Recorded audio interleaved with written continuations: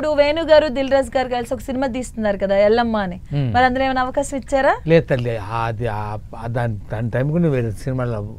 Okay, వేరే సినిమాలు booking అయిపోయి ఇవ్వలేకపోయారా?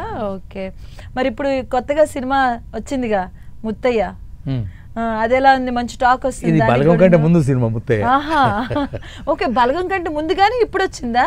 ఇది ఇప్పుడు వచ్చింది. ఆహా, సో ఇప్పుడు ఇదే సంవత్సరాలు అయింది. అలాగైతే బలగం వచ్చే ఆల్మోస్ట్ చాలా ఇయర్స్ అయిపోతుంది. అంతకంటే ముందు అది. ఆహా, చాలా చాలా సంవత్సరాలు అయింది మరి. బట్ అంటే మీరు బలగం కంటే ముందు ఈ ముత్తయ్య వేస్తుంటే దీనికి కూడా మంచి గుర్తింపు వచ్చేది, ఎందుకంటే ఇందులో కూడా బాగుంది. ఇంకొక సినిమా రెండు ఒక్కసారి జరుగుతున్నాయమ్మా. దాంట్లో బాలగాడి టాకీస్ అని ఒకటి సినిమా వచ్చింది. దాంట్లో కూడా నాకు ముత్తయ్య లాంటి పాత్ర ఒకటి ఉన్నది.